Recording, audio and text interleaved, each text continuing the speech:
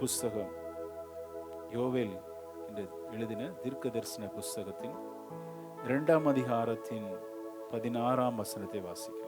ஜனத்தை கூட்டுங்கள், ஜனத்தை கூட்டுங்கள், சபையை பரிசுத்தப்படுத்துங்கள், சபையை பரிசுத்தப்படுத்துங்கள், முதியோரை சேருங்கள், முதியோரை சேருங்கள், பிள்ளைகளையும் பிள்ளைகளையும் பாலுண்கிற குழந்தைகளையும் கூட்டுங்கள், கூட்டுங்கள்.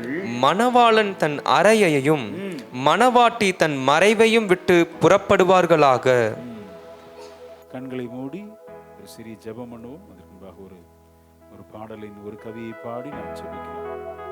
பிறந்த நாள் முதலா தோளில் சுமந்தீரே, தகப்பனிலும் மேலா தனி பாசம் வைத்தீரே. பிறந்த நாள் முதலா தோளில் சுமந்தீரே,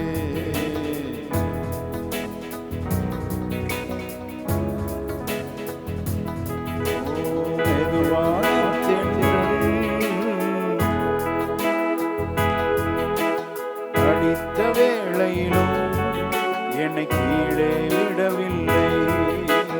மெதுவான தென்றல்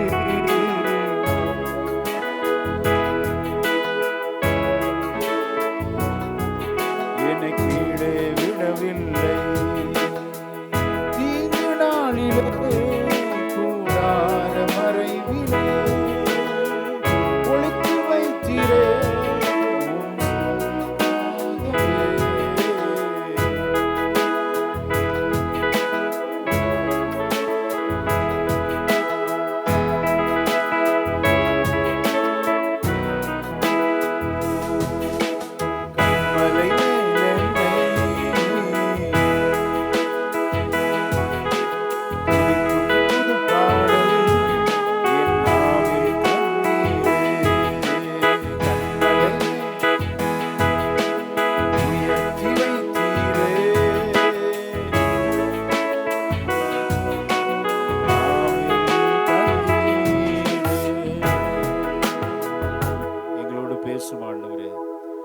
வார்த்தையை கொண்டு முது ஜனத்தோடு இடைப்பட்டு முது விருப்பத்தை ஆண்டவரே பரலோகத்தின் செய்தி பலிபீடத்திலிருந்து வெளிப்படட்டும்.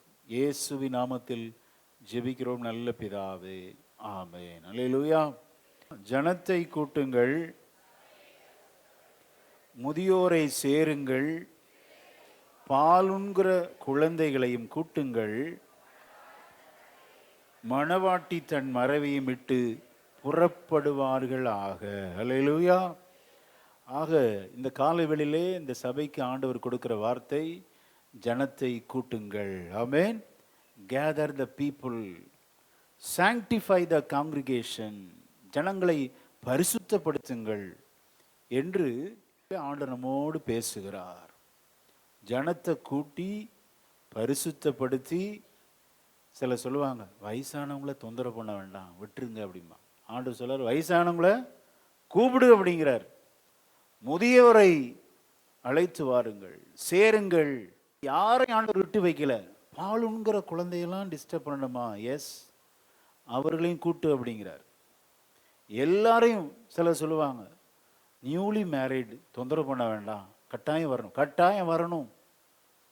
தேவனுடைய வார்த்தை இந்த காலை வெளியிலே யோவேலின் புஸ்தகத்திலிருந்து தேவன் நம்மோடு பேச விரும்புகிறார். ஆமென். எதற்காக கூட்ட வேண்டும்?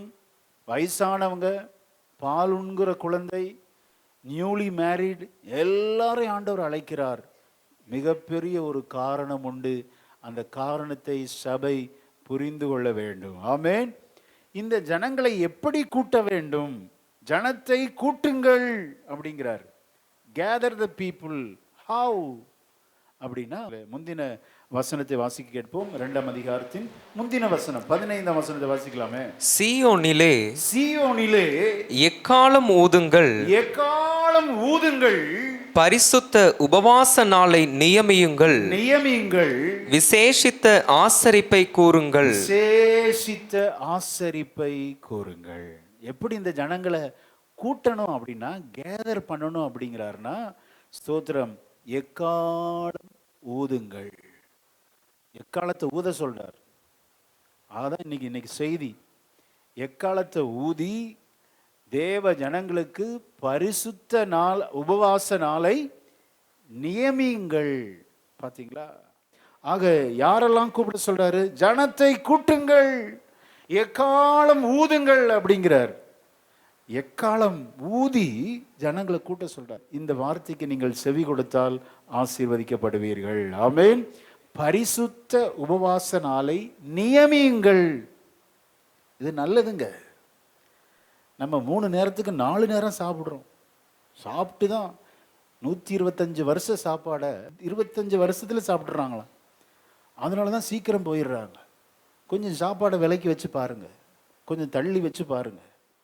ஒரு நேரம் ஆண்டவருக்காக விடுங்க, உடல் ஆரோக்கியத்துக்காக வைக்கிறாங்க. இங்கே வார்த்தையின்படி நம்ம கீழ்ப்படிவோம். பரிசுத்த உபவாச நாளை நியமியுங்கள், விசேஷித்த ஆசரிப்பை கூறுங்கள். அல்லேலூயா. 21 நாள் உபவாச ஜெபம் எதற்கு? அதிகாலை ஜெபம் எதற்கு? விசேஷித்த ஆசரிப்பு, ஸ்பெஷல் மீட்டிங் ஏற்படுத்துங்கிறார் ஆண்டவர். காரணம் என்ன அப்படின்னா, எக்காலம் ஊத சொல்றார். மீண்டும் வாசிக்கலாம். 2ஆம் அதிகாரம் 1ஆம் வசனத்தில் வாசிங்க. சீயோனிலே எச்சரிப்பின் எக்காலம். எக்காலம் ஊதுங்கள், என் பரிசுத்த பர்வதத்திலே, என் பரிசுத்த பர்வதத்திலே எச்சரிப்பின் சத்தமிடுங்கள், சத்தமிடுங்கள். தேசத்தின் குடிகளெல்லாம் தத்தளிக்க கடவர்கள். ஏனெனில் கர்த்தருடைய நாள் வருகிறது, கர்த்தருடைய நாள் வருகிறது, அது சமீபமாயிருக்கிறது, சமீபமாயிருக்கிறது. ஹல்லேலூயா. லார்ட்ஸ் டே, கர்த்தருடைய நாள் சீக்கிரம் வரப்போகிறது. 2026 என்ன சம்பவிக்குமோ என்று பெரிய ஒரு கேள்விதாங்க. 2026 மிகவும் பெரிய சவால்கள். இன்றைக்கு நம்ம சபை தூங்கி கொண்டிருந்தால் பெரிய கேள்விதான் நம்முடைய எதிர்காலம். ஆகவே தான் எச்சரிப்பின் சத்தம். சபை உணரணும். தூங்கி தூங்கி என்னத்தை கண்டீங்க? தேவ சமூகத்தில் வந்து அமருங்கள். ஒரு நாளை கர்த்தருக்கென்று நியமியுங்கள், அப்பாயின்மெண்ட் பண்ணுங்கிறார் ஆண்டவர். இல்லை பாஸ்டர், டைம் இருந்தால் வர்றேன். சாப்பாட்டுக்கே வழி இல்லாமல் பண்ணிடுவாருங்க. இதான் செய்தி இன்னைக்கு. எச்சரிப்பு அதான். சாப்பாட்டுக்கே வழி இல்லாமல் பண்ணிடுவேன் அப்படிங்கிறார் ஆண்டவர்.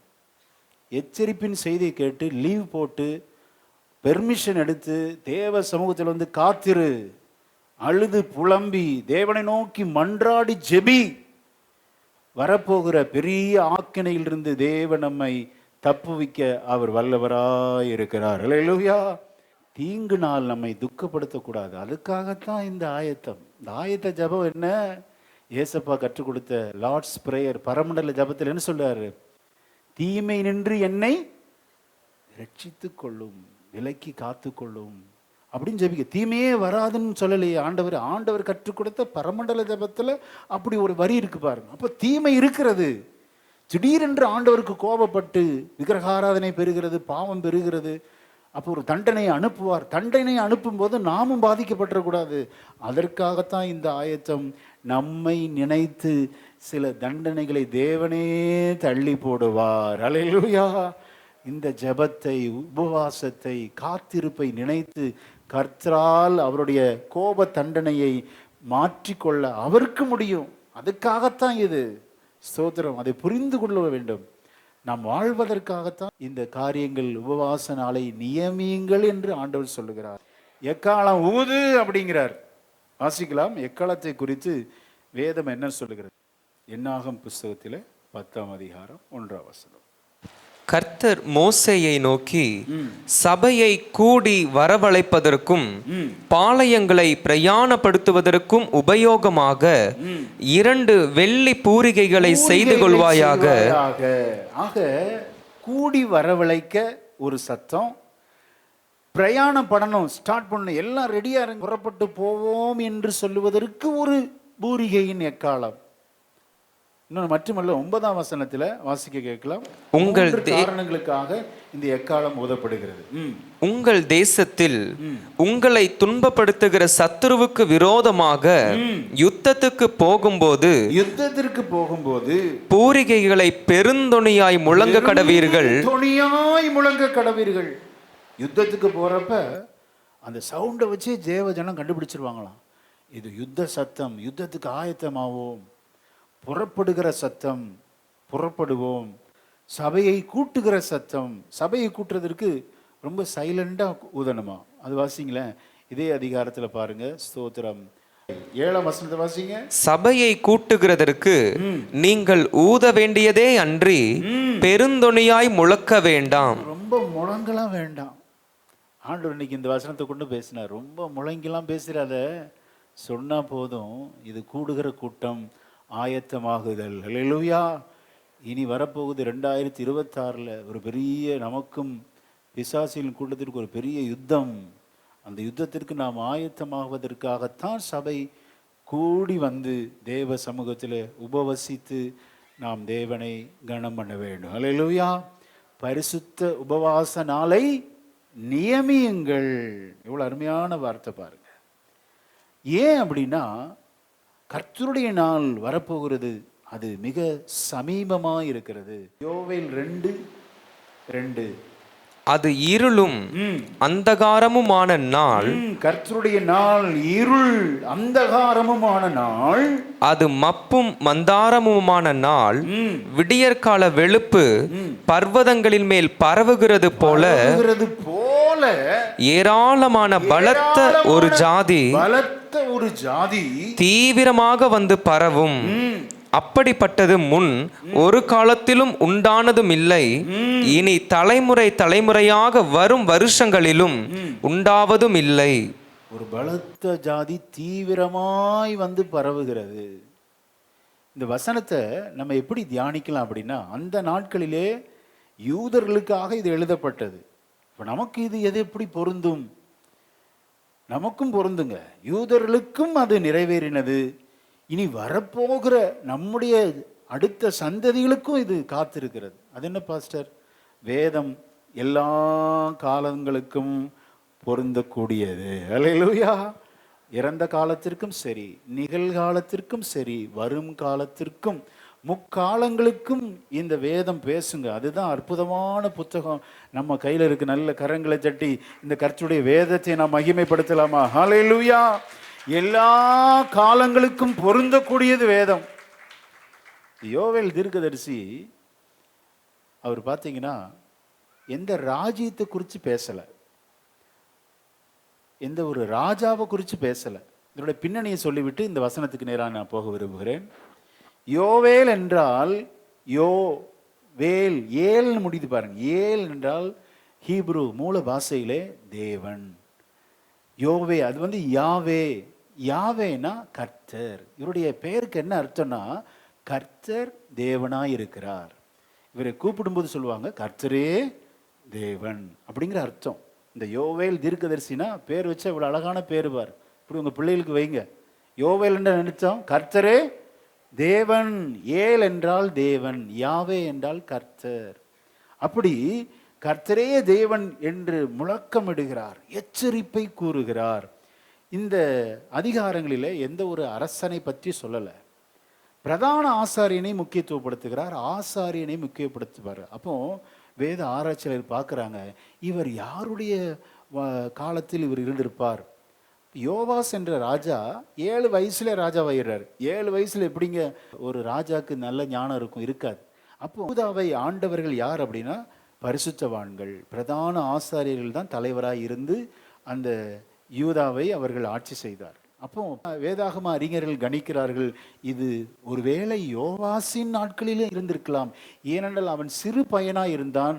அந்த யூத தெற்கு பகுதியை அரசாண்டது பிரதான ஆசாரியர்கள். ஆக பிரதான ஆசாரியரை மையப்படுத்தி தான் இந்த அதிகாரங்களும் எழுதப்பட்டிருக்கிறது. அப்படி யோவேல் எழுதின அந்த தீர்க்கதரிசி இஸ்ரவேல் ஜனங்களுக்கு எச்சரிப்பை கொடுக்கிறார். சோத்திரம். கர்த்தருடைய நாள் வரப்போகிறது, அது இருளும் அந்தகாரமுமான நாள் வரப்போகிறது. தேவ ஜனமே எழுந்திரு, உபவாசி, அழுகையோடு தேவனுடைய சமூகத்தில் ஒப்புக்கொடு. வரப்போகிற நியாய தண்டனைகளுக்கு யார் தப்பு வைக்க முடியும் அப்படிங்கிறார் பார். அப்படி எச்சரிக்கிறார். எச்சரித்து வரப்போகிற அழிவை, எருசலேமின் அழிவை உறக்க கூறினவர். ஆனால் ஜனங்க கேட்கவே இல்லைங்க. நீ பேசாமல் சொல்லிக்கிட்டே இரு, நாங்கள் அப்படியே தான் இருப்போம். நமக்கு எல்லாருக்கும் தெரியும், அசிரியர்கள் படையெடுத்து வந்தார்கள், பாபிலோனியர்கள் படையெடுத்து வந்தார்கள். முழு இஸ்ரவேலையும் அவர்கள் தீக்கிரையாக்கி சிறைபிடித்து கொண்டு போயிட்டாங்க. ஆக எத்தனை தீர்க்கதரிசிகள் கூவி உரைத்தும் ஜனங்கள் வணங்கா கழுத்துள்ள ஜனங்கள், கடின இருதயம். அப்படி அந்த யோவேல் தீர்க்கதரிசி உரைத்தது நிறைய பேர் கேட்கல. இந்த கர்த்தருடைய நாள் எதிர்காலத்துக்கு எப்படி பொருந்தும் அப்படின்னா, இது ஆராய்ச்சி செய்யும்போது இந்த அழிவை குறித்து எதை பேசுகிறது அப்படின்னா, கர்த்தருடைய சபை ரகசிய வருகையில எடுத்துக்கொள்ளப்படும். ரகசிய வருகைக்கு பின்பு உபத்திரவ காலத்தில் நடக்க போகிற கொடுமையை தான் இங்கே எழுதி வச்சிருக்கிறாரு அப்படிங்கிறாங்க. அப்போ எல்லா காலங்களுக்கும் பொருந்தும். நமது காலத்தில் பாருங்க, இன்னும் ரகசிய வரல, வந்துருச்சு அப்படின்னா அதுக்கப்புறம் 7 வருடம் உபத்திரவ காலம், அதுக்கப்புறம் 1000 வருட அரசாட்சி. அந்த நாட்களில் ஸ்தோத்திரம் எப்படி இந்த உபத்திரவ காலத்தில் கொடுமைப்படுத்தப்படுவார்கள், ரட்சிக்கப்படாத யூதர்கள், ரட்சிக்கப்படாத கிறிஸ்தவர்கள் கொடுமைப்படுத்த என்றெல்லாம் இதில் நியாய தண்டனைகளை பதிவு செய்து வைத்திருக்கிறார். இது நமக்கு எப்படி பொருந்தும் அப்படின்னா, ஸ்தோத்திரம் நமக்கு பாருங்க, இதை நம்ம அலசி பார்த்தீங்கன்னா, இந்த நாட்களிலே வாழ்ந்து கொண்டிருக்கிற நமக்கு ஏஐ இங்கே உள்ள இருக்கு, ஆர்டிஃபிஷியல் இன்டெலிஜென்ஸ், ரோபோ இங்கே உள்ள எழுதி வச்சிருக்காரு, யோவேல் எழுதி வச்சிருக்கிறாருங்க. வாசிக்கலாம் பாருங்க. அந்த பலத்த ஜாதி எது அப்படின்னா, இன்டைரக்டா பார்த்தீங்கன்னா ரோபோ. 4ஆம் வசனத்தை வாசிக்கலாம். அவைகளின் சாயல் குதிரைகளின் சாயலை ஒத்தது, அவைகள் குதிரை வீரரை போல் ஓடும். அவைகள் ஓடுகிற ரதங்களின் இரைச்சல் போலவும், செத்தைகளை எரிக்கிற அக்கினி ஜுவாலையின் இரைச்சல் போலவும், யுத்தத்துக்கு ஆயத்தப்பட்ட பலத்த ஜனத்தின் இரைச்சல் போலவும் பர்வதங்களுடைய சிகரங்களின் மேல் குதிக்கும். பர்வதங்களின் சிகரங்களிலே குதிக்கும் அப்படின்னா ட்ரோன். அந்த ட்ரோனோட ரெக்க பறக்கிற மாதிரி என்ன சத்தம் கேட்கும், இறைச்சலோடு பர்வதங்களிலே குதிக்கும். அப்போ பறந்துட்டு போய் குதிக்கும் அப்படிங்கிறார் பார். ரோபோட்டிக்ஸ் தான் இங்கே எழுதி வச்சிருக்கிறார். அடுத்து வாசிங்க. அவைகளுக்கு முன்பாக ஜனங்கள் நடுங்குவார்கள், எல்லா முகங்களும் கருகி போகும். Artificial intelligence. கடந்த நாளில் ஒரு பாஸ்டர் எனக்கு சொன்னார், நீ சிஸ்டத்தை ஷட் டவுன் பண்ணிடாத அப்படின்னு ஒரு ஏஐ ஒரு மெசேஜ் அனுப்பியிருக்கு, மெயில் அனுப்பியிருக்கு. சிஸ்டத்தை ஷட் டவுன் பண்ண, உன் சீக்கிரட்டான எல்லா ஃபோட்டோவும் நான் உன் பாஸுக்கு அனுப்பி கொடுத்துருவேன் அப்படிங்குதான். பயந்துட்டான். உன் சீக்கிரட்டான எல்லா அந்தரங்க ஃபோட்டோலாம் நான் கலெக்ட் பண்ணி வச்சுருக்கேன், ஏஐ உனக்கு மெயில் அனுப்புது, ஷட் டவுன் பண்ணக்கூடாது, நான் சொல்கிறதா நீ செய்யணும் அப்படிங்குது. பயந்து அப்புறம் பாஸ்ட்டு சொல்லி, அடடா ஏஐ இந்த சேட்டையெல்லாம் பண்ணுதா, அப்படிலாம் பண்ணுதுங்க, மிரட்டுது, ஜனங்களையே மிரட்டுதுங்க. நம்ம எல்லாம் அதில் தான் பழகிட்டோம், யூஸ் பண்ணி பழகிட்டோம். என்ன சர்ச் போட்டாலும் சரி, கூகுள், இந்த ஏஐ மெட்டா இதெல்லாம் யூஸ் பண்ணுறோம் பார்த்தீங்களா, நம்ம மைண்டு ஃபுல்லாக உள்ளே இருக்குது, அப்படியே கேப்சர் பண்ணி வச்சுருக்கு. உங்கள் மெயில் ஐடியில் நீங்கள் என்ன ஓப்பன் பண்ணுறீங்க, உங்களுடைய சர்ச் என்ன, உங்களுடைய அந்தரங்கம் எல்லாம் நூக்கன் கான் எல்லாம் அதுக்கு தெரியும், டாப் டு பாட்டம் தெரிந்து உங்களையே மிரட்டும். எல்லாருடைய முகங்கள் கருகி போகும். ஜப்பானில் ரோபோட்டிக்ஸ் ரோட்லேயே நடக்குதான். கடந்த நாளில் பேப்பரில் வாசித்தேன். ரோபோட்டிக்ஸ் போகாத இடமே இல்லை. இனி அதனுடைய ஆளுகை இந்த பூமியிலே கொடிதான் இருக்கும். அதான் பலத்த ஜாதி, பலத்த ஜாதி. அடுத்து தொடர்ந்து வாசிங்க, 7ஆம் வசனத்தை வாசிங்க. அவைகள் பராக்கிரமசாலிகளைப் போல ஓடும், யுத்த வீரரை போல மதிலேறும். மதில் யாராவது ஏறுவாங்களா? ரோபோட்டிக்ஸ் ஈஸியா இருங்க, அப்படியே சக்கு சக்குன்னு சொல்ல அழகாக அந்த ஸ்பைடர் மாதிரிலாம் ரோபோ இருக்கு, மேலே ஏறும். அப்படியே போட்டிருக்காரு பாருங்க யோவேல். வரிசைகள் பிசகாமல், வரிசைகள் பிசகாதுங்க, அதுக்கு பயங்கர ஒழுங்கு இருக்கிறது, ட்ராக் கொடுத்துருப்பாங்க, அந்த ட்ராக்ல பெர்ஃபெக்ட்டா நடக்கும். ஒவ்வொன்றும் தன் தன் அணியிலே செல்லும், ஒன்றை ஒன்று நெருங்காது. சென்சார் வச்சிருக்கான், இடிச்சுக்காது. எவ்வளவு க்ளோஸ்ல போனாலும் சென்சார் விலக்கி விட்டுரும், நெருங்காது. ஒவ்வொன்றும் தன் தன் பாதையிலே செல்லும். அவைகள் ஆயுதங்களுக்குள் விழுந்தாலும் காயம் படாமற் போகும். அது எதுக்குங்க காயப்படும்? அது ரோபோட்டிக்ஸ் மெஷின், அது இது காயப்படும். தொடர்ந்து வாசிங்க. அவைகள் பட்டணம் எங்கும் செல்லும், மதிலின் மேல் ஓடும், வீடுகளின் மேல் ஏறும், பலகனி வழியாய் திருடனை போல உள்ளே நுழையும். உள்ளே நுழைஞ்சிரும். உங்க பெர்மிஷன்லாம் தேவையில்லை, சின்ன ஒரு ஓட்டர் இருந்தா போதும், உள்ள போயிரும். அவைகளுக்கு முன்பாக பூமி அதிரும், வானங்கள் அசையும், வானங்கள் அசையும், சூரியனும் சந்திரனும் இருண்டு போகும், நட்சத்திரங்கள் ஒளி மழுங்கும். பாத்தீங்களா? ரோபோட்டிக்ஸ் உள்ள இருக்குங்க, ஏஐ உள்ள இருக்கு, பலத்த ஜாதி. கவனமா இருக்கணும். என்னெல்லாம் நடக்கும் நமக்கு கெஸ் பண்ணவே முடியாது. ஆகவே தான் சொல்றேன், 2026 ஒரு இருள் அந்தகாரமான நாட்கள். சபை ஆயத்தப்பட வேண்டும். அலட்சியமா இருந்துடாதீங்க.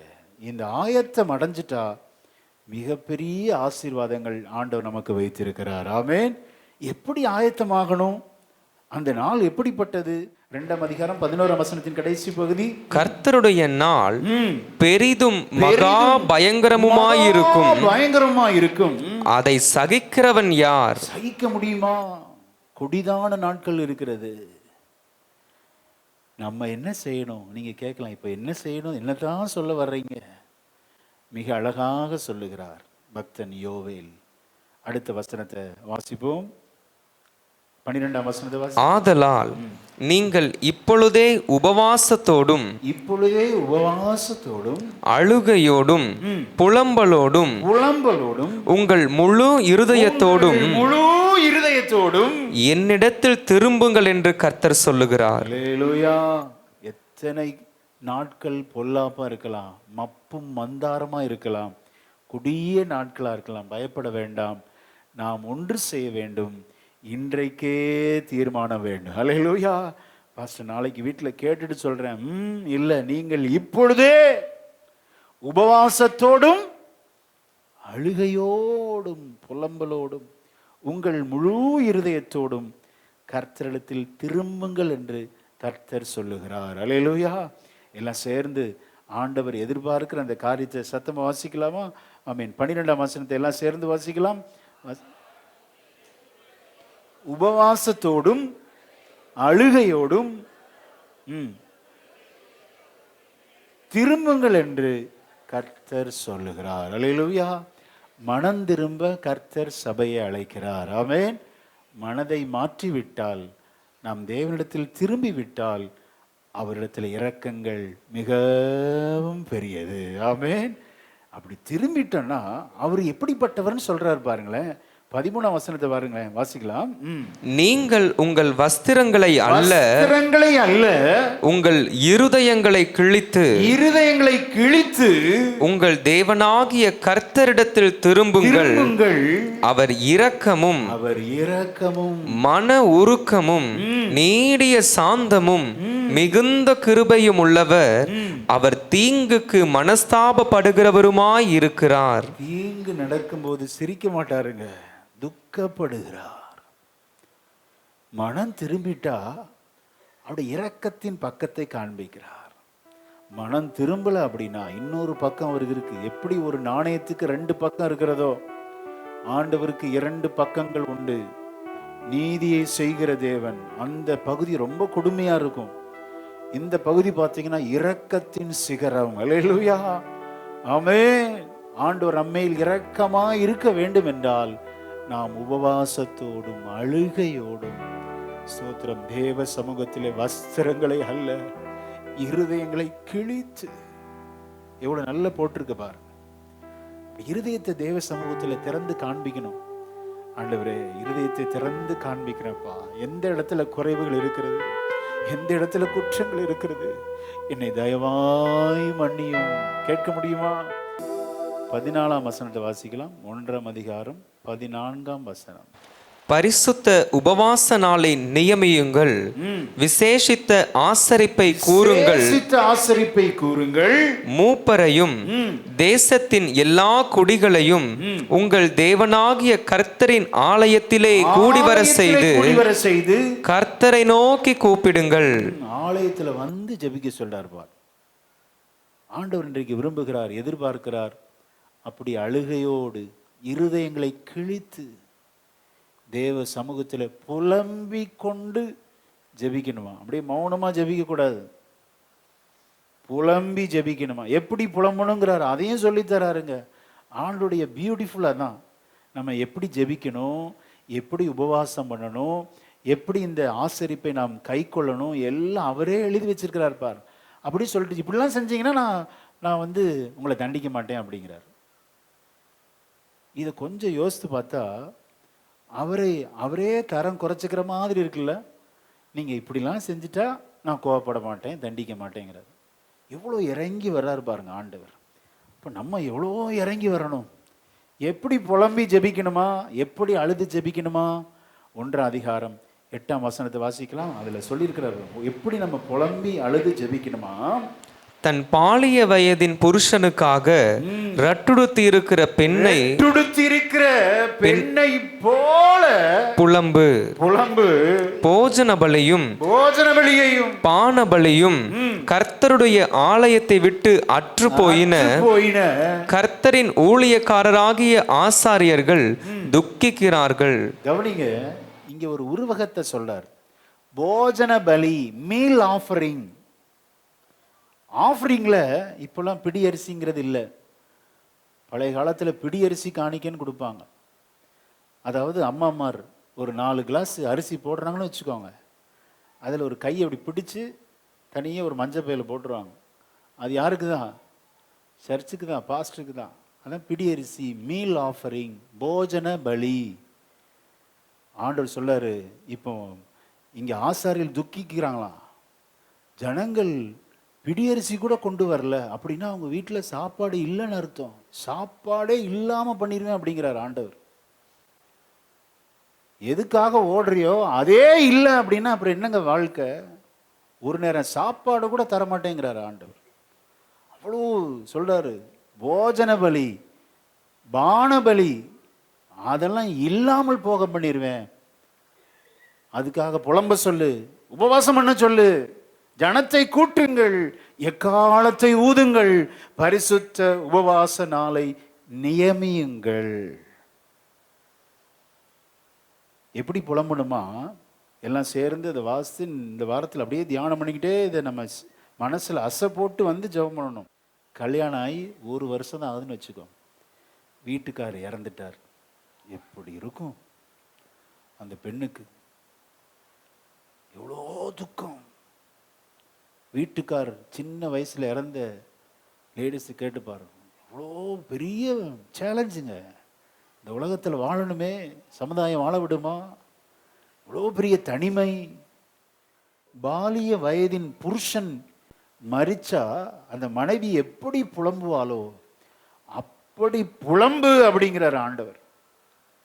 புலம்பி வந்து அழுது ஜெபம் பண்ணி, வஸ்திரத்தை அல்ல, வெளிப்பிரகாரமாக அல்ல, இருதயத்தை கிழித்து புலம்பி உபவாசத்தோடு தேவ சமூகத்திலே காத்திருக்கும்படி தேவன் சபையை அழைக்கிறார். அல்லேலூயா, ஆமென், ஸ்தோத்திரம். அப்படி இருக்கணுங்க. இப்படி ஒரு அழைப்பு கொடுத்தார் ஒரு தீர்க்கதரிசி. அந்த அழைப்பை நம்ம பார்த்து அன்னைக்கு ஜனங்க எப்படி உபவாசம் பண்ணாங்க, எப்படி ஜெபம் பண்ணாங்க, அதை பார்த்து நம்ம முடிக்க போகிறோம். அந்த அழைப்பு கொடுத்த தீர்க்கதரிசி பக்தன் யோனா. நமக்கு தெரியும், நினிவேக்கு போக சொன்னால் எங்கே போயிட்டாரு? தர்சீஸுக்கு போயிட்டார். தர்சீஸில் போய் பிரசங்கம் பண்ண சொல்றார். என்ன பிரசங்கம்? ஜனங்களுக்கு விரோதமான பிரசங்கம். ஏங்க விரோதமாக பேச சொல்லியிருக்கிறாருங்க, வார்த்தையை சொல்லி பேச சொல்லியிருக்கிறாரு. யோனா போய் சொல்றான், நினிவேக்கு விரோதமாக பேச சொல்றாரு. அதை பயந்துட்டு ஓடி போயிட்டான், தர்சீஸுக்கு போயிட்டான். ஏன் தர்சீஸுக்கு போனான்னா, நீங்கள் அழிப்பேன்னு சொல்லுவீங்க, அப்புறம் உங்கள் ஜனம் வந்து தாழ்த்தி ஜெபம் பண்ண உடனே நீங்கள் அழிக்க மாட்டீங்க, அப்புறம் நான் சொன்ன தீர்க்க தரிசனம் பொய்யா போயிடும், என்னை பொய் தீர்க்க தரிசனம் சொல்லுவான். இது எனக்கு தேவையா? நான் வரமாட்டேன்னு சொல்லி ஓடி போயிட்டான். இதுதான் யோனா தீர்க்கதரிசி பண்ணது. யோனா தீர்க்கதரிசி ஏன் அவன் தர்சீஸுக்கு போனான் அப்படின்னா, இதுதான் நினிவேக்கு விரோதமாக பிரசங்கம் பண்ண அப்படிங்கிறார். இவன் ஆண்டவரை பற்றி நல்லா அறிஞ்சிருக்கிறான். நான் போய் பண்ணி அவங்க மனம் திரும்பிட்டா நீங்கள் அழிக்க மாட்டீங்க. கடைசியில் என்ன சொல்லுவாங்க? இந்த யோனா தீர்க்கதரிசி ஒரே பொய்யா சொல்கிறவருங்க, அழிவு வந்து எங்கே அழிவு வந்துச்சு? அழிவு வரலையே. நல்லா கவனிக்கணும். விரோதமான பிரசங்கம் என்னத்திற்காக? மனம் திரும்ப வேண்டும். அல்லேலூயா, மனம் திரும்பி விட்டால் நம்மேல் வர இருக்கிற நியாய தண்டனைகள் விலகும். ஆமென். நம்முடைய ஆண்டோடைய பெயர் என்ன? தீங்குக்கு மனஸ்தாபப்படுகிற தேவன். நமக்கு ஒரு தீமை வரப்போகுதுன்னு தெரிஞ்சிச்சுன்னா துக்கப்படுவார். ஐயோ, எத்தனை வாய்ப்பு கொடுத்தேன், இன்னும் மனம் திரும்பலையே, இன்னும் கடின இருதயமாக, இன்னும் வணங்கா கழுத்தாக. ஆண்டவர் ரொம்ப துக்கப்படுவாருங்க. இருதயங்களை கிழித்து தேவ சமூகத்தில் உபவாசத்தோடும் அழுகையோடும் புலம்பலோடும் காணப்படும்படி கர்த்தர் நம்மை அழைக்கிறார். ஆமென். அப்போ என்ன நடக்குமா? அது யோவேல் புஸ்தகத்தில் எழுதி வச்சிருக்காரு, அதை வாசித்தரலாம். அப்படி நம்ம துக்கப்பட்டு புலம்பி உபவாசம் எடுத்து ஜெபம் பண்ணா என்ன நடக்கும்? 2ஆம் அதிகாரம் 14ஆம் வசனம். ஒருவேளை அவர் திரும்பி மனஸ்தாபப்பட்டு உங்கள் தேவனாகிய கர்த்தருக்கு போஜன பலிகளையும் பான பலிகளையும் செலுத்துகிறதற்கான ஆசீர்வாதத்தை தந்தருளுவார். ஆசீர்வாதம் தர்றதுக்கு நோக்கமே என்ன? ஆலயத்தில் எல்லாம் சம்பூர்ணமா இருக்கணும். உங்களை கோடீஸ்வரர் ஆக்குறதுக்காக ஆசீர்வாதம் தர்றதில்லை. ஜனங்கள் போஜன பலி செலுத்தணும், பான பலி செலுத்த வேண்டும், அதற்காக நான் ஜனங்களை ஆசீர்வதிக்கிறேன் அப்படிங்கிறார். எப்பொழுது? மனம் திரும்பினால். அல்லேலூயா. ஒருவேளை, அந்த லைன் தான் ரொம்ப அண்டர்லைன் பண்ணிக்கோங்க. ஒருவேளை நம்ம இப்படி ஜெபிக்கல, உபவாசிக்கல, புலம்பல அப்படின்னா நமக்கு சோறு தண்ணி கூட இல்லாமல் போயிருங்க. ஆனால் உபவாசித்து அழுது புலம்பி ஜெபித்தால் நமக்கு வேண்டிய எல்லாவற்றையும் கர்த்தர் தருகிறார். அல்லேலூயா. ஆமென். முதியோர் வர வேண்டும், பால் உண்கிற குழந்தை வர வேண்டும், மணவாளன் தன் அறையை விட்டு புறப்பட்டு வா அப்படிங்கிறார். ஆக்சுவலாக நியூலி கப்புள்டு 1 வருஷம் அவங்க இஷ்டத்துக்கு விட்டுருணுமா? உபாகம புஸ்தகத்தில் இருக்குது, வீட்டில் போய் வாசித்து பார்த்துக்குவாங்க. உபாகமம் 24:5 1 வருஷத்துக்கு டிஸ்டர்ப் பண்ணக்கூடாதான். நியூலி மேரிட் அவனையும் வெளியே வர சொல்றாருன்னா ஆபத்து எவ்வளோ கிட்டி இருக்கு பாருங்க. அதை கேட்டு நாம் மனம் திரும்பும் போது ஒருவேளை சுவாமி நமக்கு இரக்கம் செய்வார். அல்லேலூயா. 2:3. தேசத்தில் உள்ள எல்லா சிறுமையானவர்களே, கர்த்தருடைய நியாயத்தை நடப்பிக்கிறவர்களே, அவரை தேடுங்கள், நீதியை தேடுங்கள், மன தாழ்மையை தேடுங்கள். அப்பொழுது ஒருவேளை கர்த்தருடைய கோபத்தின் நாளிலே மறைக்கப்படுவீர்கள். அல்லேலூயா. இவ்வளவு கிளியரா போட்டிருக்கு பாருங்க. கோபத்தின் நாள் வெளிப்படுங்க. யாருக்கு தெரியும்? திடீரென்று வரும் சடுதியான ஆபத்துகள், கோரமான விபத்துகள், ஆண்டுடைய கோபாக்கினை பற்றி எரியும். நம்ம ஜெபித்த ஜெபம் ஆண்டவரை அதிகாலை தேடி வந்தது, இதெல்லாம் பார்ப்பார். பார்த்து ஒருவேளை கர்த்தருடைய கோபத்தின் நாளிலே நீங்கள் மறைக்கப்படுவீர்கள். அல்லேலூயா. அல்ல, வலது கரத்தை உயர்த்தி எல்லாம் சொல்லுவோமா? அல்லேலூயா.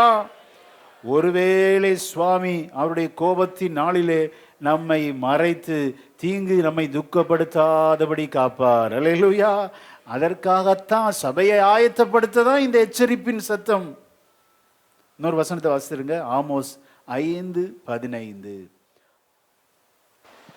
நீங்கள் தீமையை வெறுத்து நன்மையை விரும்பி ஒளிமுக வாசலில் நியாயத்தை நிலைப்படுத்துங்கள். ஒருவேளை சேனைகளின் தேவனாகிய கர்த்தர் யோசேப்பிலே மீதியானவர்களுக்கு இறங்குவார். பாத்தீங்களா? நன்மையை விரும்பணும், ஆண்டவரை நம்ம தேடணும், நியாயத்தை நிலைப்படுத்தணும்.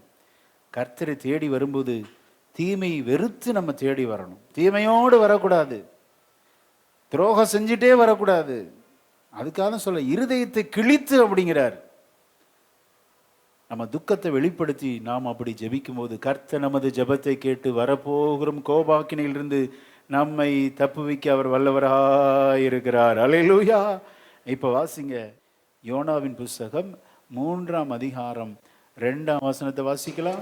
நீ எழுந்து மகா நகரமாகிய நினிவேக்கு போய் நான் உனக்கு கற்பிக்கும் வார்த்தையை அதற்கு விரோதமாய் பிரசங்கி என்றார். என்னவா சாதகமாய் போட்டிருக்கா? விரோதமாய் பிரசங்கி என்றார். 3ஆம் வசனம். யோனா எழுந்து கர்த்தருடைய வார்த்தையின்படியே நினிவேக்கு போனான். நினிவே 3 நாள் பிரயாண விஸ்தாரமான மகா பெரிய நகரமாயிருந்தது.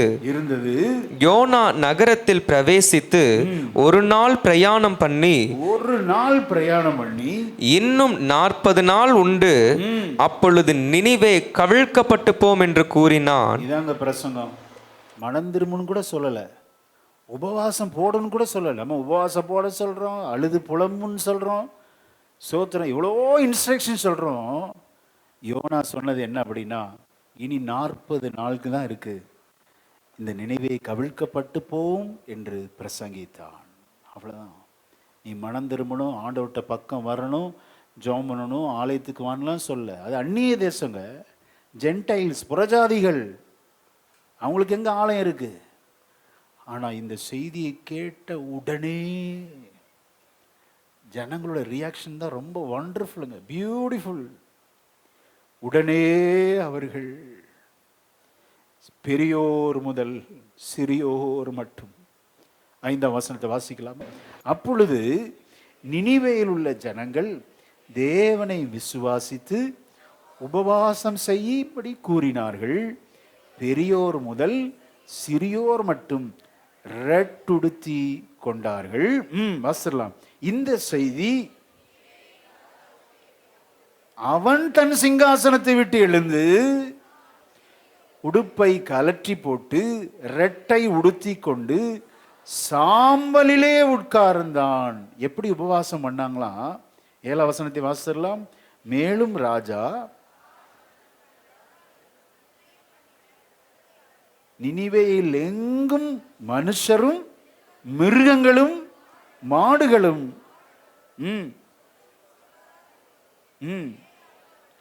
இருக்கவும் அப்படி சத்தமாய் கூப்பிட்டு பொல்லாத வழிகளை விட்டு அவர்கள் மனம் திரும்பினார்கள். அல்லேலூயா.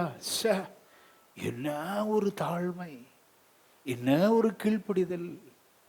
ஆலயம் இல்லை, சாதாரண ஒரு பிரசங்கம், 40 நாள் தான்ப்பா, அழிஞ்சிருவீங்க, அவ்வளோதான், மனம் திரும்ப உபவாசம் போடலாம் சொல்லவே இல்லை. ஆனால் அவங்களே கூறிக்கொண்டாரலாம், அவர்களுக்குள்ளே ஒரு சர்க்குலர், வாங்க எல்லாம் சாப்பிடாம விரதம் இருப்போம், உபவாசம் இருந்து ஜெபம் பண்ணுவோம். சோத்திரம். அந்த ராஜா அவ்வளோ மும்முரமான அந்த டெசிஷன் மேலிடத்துக்கு போது பாருங்க. ராஜாவும் சிங்காசனத்தை விட்டு இறங்குறார். அப்போ அப்படி நம்மை தாழ்த்தும் போது புசியாமல் குடியாமல் தேவ சமூகத்தில் அவர்கள் ரெட்டுடுத்தி சாம்பலிலே உட்கார்ந்தான். அல்லேலூயா. நம்ம பதவி விட்டு, நம்ம பிஸ்னஸை விட்டுட்டு, அதுதான் சொல்கிறேன், ஒரு நாள் லீவ் போடுங்க, தப்பே இல்லைங்க. தேவனுக்காக அந்த நேரத்தை காணிக்க அர்ப்பணிங்க. ஸ்தோத்திரம். அப்படி வந்து இந்த ஆலயத்தில் தரித்திருந்து உட்கார்ந்து ஜெபம் பண்ணி பாருங்க, கர்த்தர் நமது புலம்பலின் சத்தத்தை கேட்பார். அல்லேலூயா. நமது அழுகையின் சத்தத்தை கேட்பார், பாவ அறிக்கையின் ஜெபத்தை கேட்பார். 2026 யாருக்கு வெற்றியா இருக்கோ இல்லையோ, ஜெபித்த நமக்கு அது பெரிய வெற்றியை தரும். நல்ல கரங்களை தட்டி கர்த்தருக்கு மகிமை செலுத்தலாமா? ஹல்லேலூயா. இது நடக்கும், இது நடக்கும். ஹல்லேலூயா. ஓ, உபவாசத்துக்கு வல்லமை உண்டு, ஜெபத்திற்கு வல்லமை உண்டு. ஓ, அழுகையோடு உபவாசத்தோடு, ஓ, இருதயங்களை கிழித்து ஜெபிக்கிற ஜெபத்திற்கு பதில் நிச்சயம் உண்டு. ஆமென். நினிவே ஜனங்களுடைய அந்த விண்ணப்பத்தை பாருங்க. 8ஆம் வசனத்தை வாசிக்கலாம். மனுஷரும் மிருகங்களும் ரெட்டினால் மூடிக்கொண்டு தேவனை நோக்கி உரத்த சத்தமாய் கூப்பிடவும் அவரவர் தம் தம் பொல்லாத வழியையும் தம் தம் கைகளில் உள்ள கொடுமையையும் விட்டு திரும்பவும் கடவர்கள். தம் தம் பொல்லாத, நம்ம ஜெபிக்க வர்றப்ப மற்றவங்க தவறெல்லாம் பார்க்கக்கூடாதுங்க. அந்த ஜெபம் கூரைக்கு மேலே கூட போகாது. நம்ம ஜெபிக்க வர்றப்ப நம்முடைய இருதயத்தை பலிபீடத்தில் வச்சு, எங்கே நான் தவறி இருக்கிறேன், எந்த இடத்துல மிஸ்டேக் பண்ணி, எந்த ஒரு ப்ராஃபிட் உங்களுக்கு தேவையே இல்லை. நீங்கள் எந்த இடத்துல தவறிக்குன்னு உங்களுக்கு நல்லா தெரியும். அதுக்கு ஒரு தீர்க்கதரிசி வந்து தலையில் கை வச்சு அந்நிய பாஷை பேசி தீர்க்கதரிசின்னு சொல்லணும்னு அவசியமே இல்லை. அவரவர் தம் தம் அந்த பொல்லாத வழியை விட்டு திரும்ப கடவீர்கள். ஆமென். அப்படி அவங்க செஞ்சுட்டு அவங்களே சொல்றாங்க பாருங்க. வாசிக்கலாம். 9ஆம் வசனத்தை வாசிக்கலாம். யாருக்கு தெரியும்? யாருக்கு தெரியும்? நாம் அழிந்து போகாதபடிக்கு ஒருவேளை தேவன் மனஸ்தாபப்பட்டு தம்முடைய உக்கிர கோபத்தை விட்டு திரும்பினாலும் திரும்புவார் என்று கூறச் சொன்னான். திரும்புவார் என்று ராஜா சொல்லி அனுப்புறார். நினிவே தேசமெங்கும் சர்க்குலர், இப்படி உபவாசம் போட்டு ஜெபம் பண்ணுங்க, இப்படி புசியாம குடியாம ரெட்டுடுத்தி சாம்பலிலே அமர்ந்து அவரவர் தம் தம் பொல்லாத வழியை விட்டு வேற யார மிஸ்டேக்கும் பார்க்காதீங்க. இந்த வருஷத்தை நம்ம முடிக்க போகிறோம். இந்த செய்தியை நீங்கள் அப்படியே ஏற்றுக்கொண்டு இதை செயல்படுத்துங்க. ஒரு ரட்சிக்கப்படாதவனுக்கு எவ்வளோ விசுவாசம் இருக்குங்க. அந்த ராஜாவுக்கு தெரியாது கர்த்தர் எத்தனை இரக்கம் உள்ள தேவன், உருக்கமுள்ள தேவன் தெரியாது, ஆண்டுடைய குணம் தெரியாது. ஆனாலும் அவர்கள் ரெட்டுடுத்தி சாம்பலில் அமர்ந்து அவன் சொல்லுகிற வார்த்தை என்ன அப்படின்னா, யாருக்கு தெரியும், யாருக்கு தெரியும் நாம் அழிந்து போகாதபடிக்கு ஒருவேளை தேவன் மனஸ்தாபப்பட்டு திரும்பினாலும் திரும்புவார் என்று கூற சொன்னான். அல்லேலூயா. இந்த அர்ப்பணிப்பை பரலோகம் பார்க்கிறது. ஆமென். பரலோகம் பார்த்து அப்ரிஷியேட் பண்ணுதுங்க. ஆண்டவர் தீங்குக்கு துக்கப்படுகிறார். திடீர் திடீர் என்று வருகிற ஆபத்துகள், இழப்புகள், நஷ்டங்கள் யாருக்கு தெரியும்? 2026 பெரிய நஷ்டங்கள் வரலாம், போராட்டங்கள் வரலாம், உயிர் சேதங்கள் வரலாம், சகிக்க முடியாத காரியங்கள் நடக்கலாம். யாருக்கு தெரியும்? நாம் உபவாசித்து குடும்பமாய் தேவனுடைய பாதத்தில் அந்த ஒரு நாளை நேவியுங்கள். கர்த்தர் அதை பார்த்து தீங்குக்கு மனஸ்தாபப்படுவார். ஆமென். எப்பொழுது? மனம் திரும்பினால். மனம் திரும்பாவிட்டால் நமக்கு எவ்வளோ கடின இருதயம் இருக்கு. ஆண்டவர் அதை மேலே அப்படியே ஆப்போசிட் ஆயிடுவார். சத்துரு எதிராக வந்தால் கூட ஜெபம் பண்ணி சத்துருவை மேற்கொள்ளுங்க ஆண்டவரையும் ஜெபம் பண்ணிடலாம். இப்போ ஆண்டவரே நமக்கு எதிராக வந்தால் அதை மாற்ற முடியுமா? யாராலையும் மாற்ற முடியாது. ஆக நான் விசுவாசிக்கிற இந்த செய்தியை வராதவர்களுக்கு சொல்லுங்க. நீங்கள் குடும்பமாய் வந்து தேவனுடைய சமூகத்தில் அமர்ந்து கண்ணீரோடு புலம்பலோடு உபவாசத்தோடு ஸ்தோத்திரம். அப்படி இளம் வயதில் இழந்த புருஷனை இழந்த ஒரு ஸ்திரீ எப்படி மார்பிலை அடித்து கொண்டு அழுவாள், அப்படி புலம்பி தேவ சமூகத்தில் அர்ப்பணிக்கும் போது வரப்போகிற தண்டனைகளுக்கு நீங்களும் நானும் தப்பித்துக் கொள்வது நிச்சயம். அல்லேலூயா. எஸ்தர் சொல்றா, நான் செத்தாலும் சாகிறேன். 3 நாள் உபவாசம் போட்டாங்க எஸ்தர். 3 நாள் உபவாசம் போட்டு சொல்றா. கரெக்டா டைமிங்ல ஆண்டவர் செய்வாருங்க. இந்த உபவாசம் ஜெபம் இதெல்லாம் இருக்கு பாருங்க, நமக்கு 2 காரியத்தை கொண்டு வரும். கரெக்டான டைமிங் ஆண்டவர் நமக்கு தருவார். எதை எங்க லிங்க் பண்ணணும், எந்த கஸ்டமர் உங்கள்கிட்ட எந்த நேரத்தில் லிங்க் பண்ணணும், நல்ல ப்ராஜெக்ட் கிடைக்கிறது, திருமண வரன் கிடைப்பது, இடம் வாங்குவது, எல்லாம் டைமிங் கரெக்டாக ஆண்டவரே செட் பண்ணி கொடுப்பார். அந்த வசனத்தை வாசிடலாமே. 9:11. ஓடுகிறதற்கு வேகமும் யுத்தத்திற்கு போதாது, பிழைப்புக்கு போதாது, புத்திமான்களின் புத்தியும் போதாது, போதாது, அவர்கள் எல்லாருக்கும் சமயமும். இந்த 2 தாங்க வாழ்க்கையில். நீங்க எத்தனை குட்டிகரணம் போட்டு சம்பாதிச்சாலும் அதெல்லாம் போதாது. டைமிங் கரெக்டாக அமையணும். ஸ்தோத்திரம். சரியா அமைந்து சரியா லிங்க் கிடைச்சா போதும், எல்லாம் பர்ஃபெக்டாக இருக்கும். அல்லேலூயா. ஸ்தோத்திரம். அதின் காரியங்களை நேர்த்தியாய் நடத்துகிற நல்ல தேவனை நாம் ஆராதிக்கிறோம். ஆமென். அந்த டைமிங் அமையலனா எத்தனை நீங்க மூச்சை போட்டாலும் சரி ஒன்றும் வாய்க்காதுங்க. ஞானம் அடைய மாட்டீர்கள். ஸ்தோத்திரம். உங்களுடைய வஸ்துக்கள் பெருகாது, உங்களுடைய சம்பாத்தியம் நிற்காது. ஏதோ ஒரு பொத்தல் பையில போடுறது போல எல்லாம் போயிடும். வந்ததும் தெரியாது, போனதும் தெரியாது. ஞானம் போதாது, வேகம் போதாது. தேவனுடைய செயல் நேரிட வேண்டும், சமயம் வாய்க்கப்பட வேண்டும். அல்லேலூயா.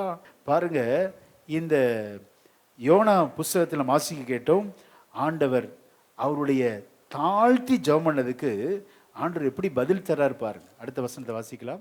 3 அதிகாரத்து கடைசி வசனத்தை வாசிங்க.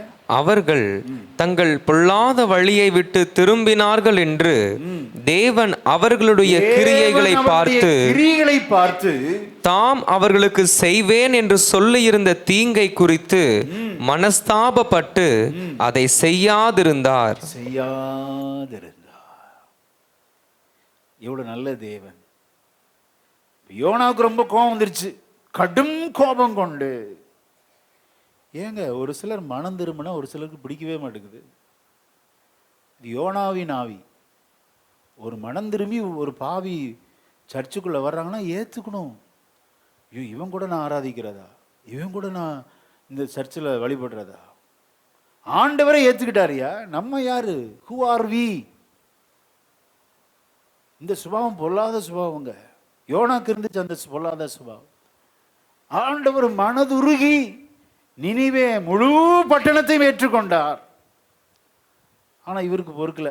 வாசிக்கலாம், யோனா புஸ்தகத்தில் 4ஆம் அதிகாரம் 1ஆம் வசனத்தை வாசிங்க.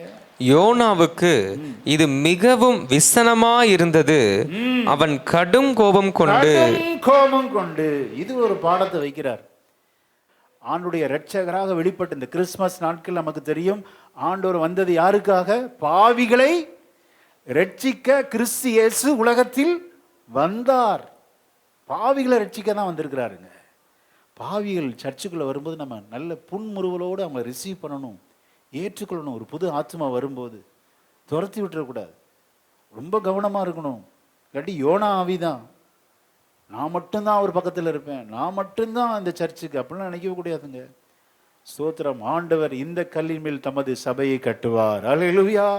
பாதாளத்தின் வாசல் அதை மேற்கொள்வது இல்லை. யோனா பாருங்க, நீங்க முடிக்கிறப்ப பாருங்க, எரிச்சலோட தான் முடிக்கணும். வாழ்க்கையே எரிச்சல். காரணம் என்ன? யாரும் சரியில்லை, நீங்களும் சரியில்லை ஆண்டவரே அப்படின்ட்டான். என்ன வாழ்க்கையே எரிச்சலுங்க. உங்களையும் நான் வெறுக்கிறேன்.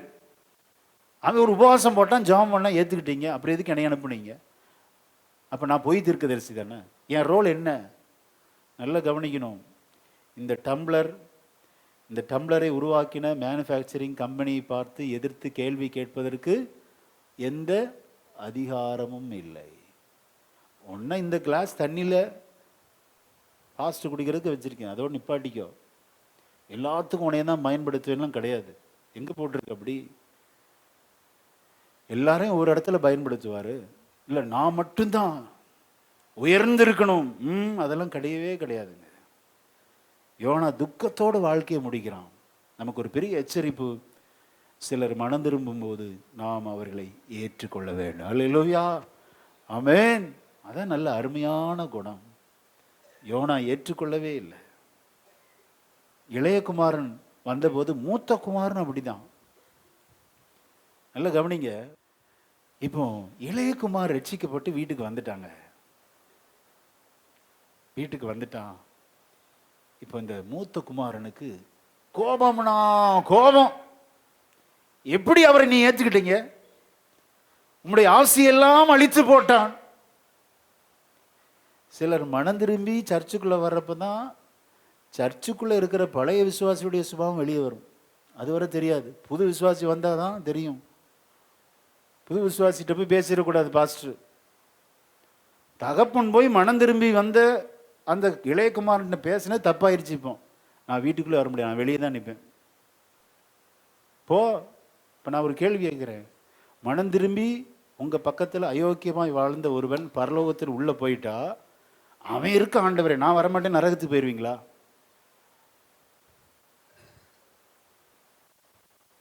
அவன் இருக்கிறான், எனக்கு பிடிக்காத உள்ள இருக்கிறான், நான் சபைக்கே வரமாட்டேன், நான் பரலோகமே எனக்கு வேண்டாம் ஆண்டவரே. அப்போ போ நரகத்துக்குன்ட்டு வர ஆண்டவர். ஒரு மனம் திரும்பின பாவியை உன்னால ஏற்றுக்க முடியலையே. சிலர் வரும்போது தான் சிலருடைய சுபாவம் வெளியே வரும், அது வரை தெரியாது. அந்த சிலர் வர இந்த தகப்பன் நினைச்சிட்டு இருந்திருப்பான், மூத்த குமாரன் பெஸ்ட் சன் அப்படின்னு நினைச்சிட்டு இருந்திருப்பான். அப்படிதானே? இவன் பாரு, அவன் என்னை விட்டு ஓடி போயிட்டான், அவன் என் சொத்தெல்லாம் வாங்கிட்டு ஓடி போயிட்டான், அவன் கெட்ட குமாரன், என் பக்கத்தில் ஒரு நல்ல குமாரன் இருக்கிறான். தகப்பன்ட்ட கேட்குறான், நீர் எனக்கு ஒரு ஆட்டுக்குட்டி கூட தரலையே. இப்போ அவன் எல்லாம் துன்மார்க்கமாய் அழிச்சு வந்திருக்கான். அவனுக்கு இவ்வளோ பெரிய தடாப்புடலான விருந்தா, என்ன நடனம், என்ன கான்சர்ட், என்ன மேல வாத்தியங்கள், என்ன, எனக்கு ஒரு ஆட்டுக்குட்டி கூட தெரியல அப்படிங்கிறான். இப்போ அதில் அந்த வார்த்தையிலேருந்து ஒரு காரியத்தை நான் சொல்ல விரும்புகிறேன். சபைக்கு வர்றது எதுக்காக வர்றோம்? ஆட்டுக்குட்டிக்காக வர்றோம்? சில நன்மைகளுக்காக வர்றோமா? அல்லது பிஸ்னஸ் இம்ப்ரூவ்மெண்ட்மெண்ட்டுக்காக வர்றோமா? சிலரை பார்த்து பேசுறதுக்காக வர்றோமா? இல்லை, தகப்பனோடு இருக்கிற அந்த உறவின் அடிப்படையில் தான் சபைக்கு வருகிறோமே ஒழிய வேற எந்த பர்பஸ் இருக்கவே கூடாது. அல்லேலூயா, ஆமென். ஆட்டுக்குட்டிக்காகவே தகப்பனிடத்து ஒர்க் பண்ணியிருக்கான் பாருங்க.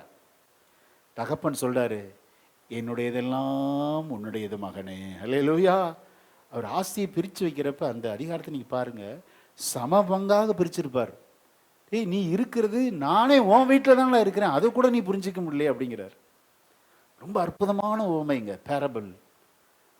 அப்போ அந்த அதை விளக்க உரை எழுதினவங்க இப்படி எழுதுறாங்க, அந்த கெட்ட குமாரன் மட்டும் வரலைன்னா இவன் நல்லவனாகவே முடிஞ்சிருக்குமா வாழ்க்கை.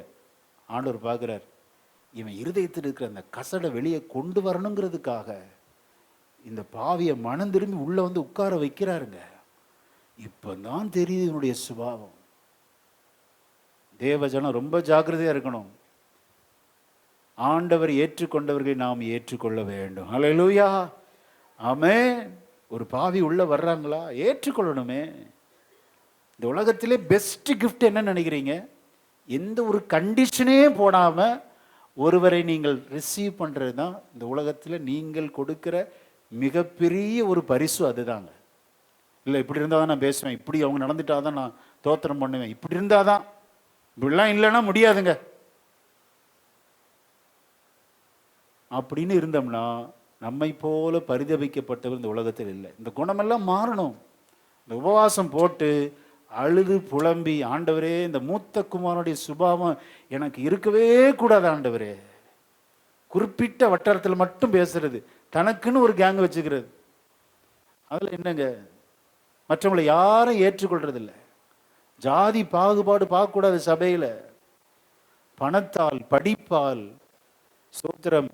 சிலருக்கு ஊர் பிரச்சனை, எங்கள் ஊர்கிட்ட மட்டும்தான் நாங்கள் பேசுவோம், திருநெல்வேலிக்காரங்களை மட்டும்தான் நாங்கள் பேசுவோம், யார்கிட்டையும் பேசுவோம். ஏன்னா அவங்க தான் அந்த கேஸ்ட்டு. கடைசியில் பார்த்தா அந்த ஜாதியாக இருப்பாங்க. கவனமாக இருக்கணும். ஜாதியோ அல்லது மொழியோ இடமோ பணமோ கல்வியோ எதுவும் நம்மை பிரிக்கவே கூடாது. அல்லேலூயா, ஆமென். ஆண்டவராய் இயேசு கிறிஸ்துவை கவனித்து பாருங்கள். இங்கே மேஜையில் இருக்கிற அப்பம் ரசம் அவனுடைய அன்பை நமக்கு காண்பிக்கிறது. அவரை அடித்தவர்களை ஆண்டவர் ஏற்றுக்கொண்டார். அவர்களை பரியாசம் பண்ணினவர்கள் ஆண்டவரை பரியாசம் பண்ணினார்கள். தலையை துலுக்கி சொன்னார்கள், நீ தேவனுடைய குமாரனே ஆனால் சிலுவையிலிருந்து இறங்கி வா. என்ன சேலஞ்சு விடுறாங்க. அதையெல்லாம் ஆண்டவர் இயேசு நம்முடைய அக்கிரமங்களுக்காக சிலுவையிலே தொங்கி அந்த பணியை நிறைவு செய்தார். அல்லேலூயா, ஆமென். கிறிஸ்து இயேசுவை கவனித்து நம்முடைய வாழ்க்கை ஓட்டமாக இருக்கட்டும். சோத்திரம். ஒரு வெற்றியுள்ள வாழ்க்கை நாம் வாழ்வோம். ஆமென். அவரவர் தம் தம் பொல்லாத வழியை விட்டு, எவ்வளவு அழகா சொல்லிருந்துச்சு யோனாவின் புஸ்தகத்தில். நினிவே ஜனங்கள் அவரவர், நம்ம தாங்க பார்க்கணும், வேற யாரையும் பார்க்காதீங்க. ஸ்தோத்திரம். நம்முடைய ஆண்டவர் அப்படி அநீதியுள்ள தேவன் அல்ல. நம்முடைய வழிகளை நாம் உய்த்து ஆராய்ந்து, எங்க தவறி இருக்கிறேன், எந்த இடத்துல கோபப்பட்டு இந்த உறவுகளில் நான் கெடுத்தேன், ஸ்தோத்திரம், அக்கிரம சிந்தை எனக்குள்ளே எந்த நேரத்தில் வந்தது, தீமையான பழக்க வழக்கங்கள் எல்லாவற்றுக்கும் தேவ சமூகத்தில் இருதயத்தை கிழித்து, ஒரு பாலிய புருஷனை இழந்த ஒரு ஸ்திரீயை போல புலம்பி அழ தேவன் நம்மை அழைக்கிறார். அல்லேலூயா, ஆமென். நம்மிடத்தில் யாராவது ஒருவர் சொல்ல முடியுமா, என்னிடத்தில் பாவம் இல்லை என்று இந்த சபையில் யாராவது ஒருவர் சொல்ல முடியுமா அப்படின்னா இல்லவே இல்லை. நம்மிடத்தில் பாவம் இல்லை என்போம், ஆனால் நம்மை நாமே வஞ்சிக்கிறவர்களா இருக்கோம். ஒவ்வொரு நாளும் டெய்லி தேவ சமூகத்தில் நம்மை தாழ்த்தி, ஆண்டவரே இதோ அடியேன், ஹல்லேலூயா, ஆமென், அப்படிப்பட்ட அந்த ஒரு தாழ்மையின் அந்த மனதுருக்கமான ஒரு ஜெபம் நம் செய்யும்போது நம்ம எல்லா அழிவிலிருந்து தேவன் நம்மை மீட்டெடுக்க அவர் வல்லவராக இருக்கிறார். ஹல்லேலூயா. நம்மிடத்துல பணமோ காசோ காணிக்கையோ ஸ்தோத்திரம் நகை நட்டோ எதிர்பார்க்கல. கர்த்தர் எதிர்பார்க்கிற ஒன்றே ஒன்று தான். அதை வாசித்து ஜெபிக்க போகிறோம். 1079 பக்கம், மீகா எழுதின புஸ்தகம் 6ஆம் அதிகாரம் 8ஆம் வசனத்தை வாசிக்கலாம். மனுஷனே, நன்மை இன்னதென்று அவர் உனக்கு அறிவித்திருக்கிறார். நியாயம் செய்து இரக்கத்தை சிநேகித்து உன் தேவனுக்கு முன்பாக மன தாழ்மையாய் நடப்பதை அல்லாமல் வேறே எண்ணத்தை கர்த்தர் உன்னிடத்தில் கேட்கிறார். ஆண்டவர் கேட்கிறார், வேற எதையுமே கேட்கல. தேவ சமூகத்தில் இதோ அடியேன் ஆண்டவரே, நான் நீதியை நடப்பிக்கணும் சுவாமி, நீதியை பேசணும் ஆண்டவரே, உம்மை கடைசி வரை நான் பின்பற்றணும்ப்பா, என் பாவத்தை எல்லாம் மன்னி என்று சொல்லி எத்தனை பேர் நம்மை தாழ்த்தி தேவ சமூகத்தில் கேட்க ஆயத்தமா இருக்கிறோம்?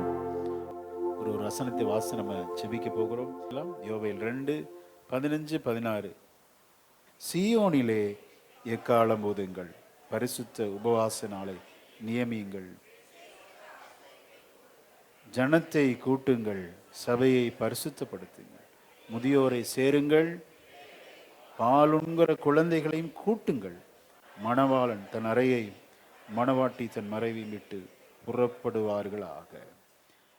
நாம் தலைகளை தாழ்த்தி ஜெபிக்கலாம். பரிசுத்தமுள்ள நல்ல பிதாவே, அருமையான ஆண்டவர், ஆசீர்வதிக்கப்பட்ட நாளில் நீர் பேசினீரப்பா. ஜனத்தை கூட்டுங்கள் ஆண்டவரே, பரிசுத்த உபவாச நாளை நியமியுங்கள் என்று சொன்னீரப்பா. ஆண்டவர், வார்த்தையை கேட்ட ஒவ்வொருவரையும் இந்த வார்த்தைக்கு கீழ்ப்படிந்து ஆசீர்வாதங்களை பெற்றுக்கொள்ள கிருபை செய்யும். ஆசீர்வதி எங்களை தாழ்த்துகிறோம். இயேசுவின் நாமத்தில் ஜெபிக்கிறோம் நல்ல பிதாவே, ஆமென்.